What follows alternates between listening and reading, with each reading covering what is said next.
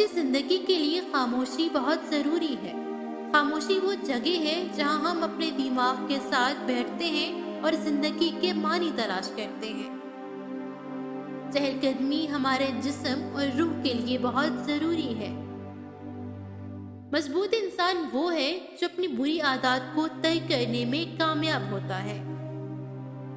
اپنی دولت میں اضافہ چاہتے ہو تو اپنی خواہشات کو کم کر دو۔ خود کو جاننا چاہتے ہو تو اپنے اعمال کا موازنہ دوسرے لوگوں سے کرو۔ انسان کے لیے سب سے مفید کھانا سبزی ہے۔ جتنا زیادہ ہم چیزوں کو اہمیت دیتے ہیں اتنے ہی ہم خود کی اہمیت کو کھو دیتے ہیں۔ کم ظرف ہے وہ شخص جو کسی کو محبوب تسلیم کرنے کے بعد بھی اس سے عیب نکالے۔ کسی پر بھروسہ کرنے سے پہلے ضرور سوچو، کیونکہ اس دنیا میں انسانوں کی بہت سی اقسام ہیں۔